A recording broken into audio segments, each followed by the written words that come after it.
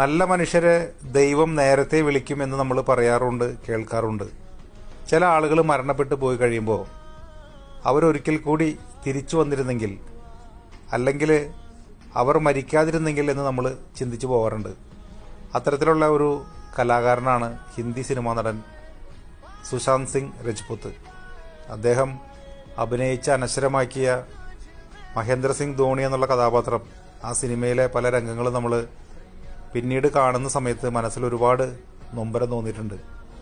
ഇയാളൊന്നും ഇപ്പം മരിച്ചു പോകേണ്ട ആളായിരുന്നില്ല എന്ന് അറിയാതെ ചിന്തിച്ചു പോകാറുണ്ട്.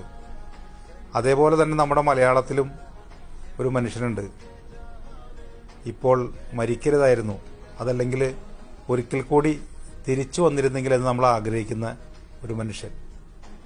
ഏതോ ഒരു കർക്കിടരാവ്, ഉണ്ണാതുറങ്ങുന്ന രാവ്, അന്ന്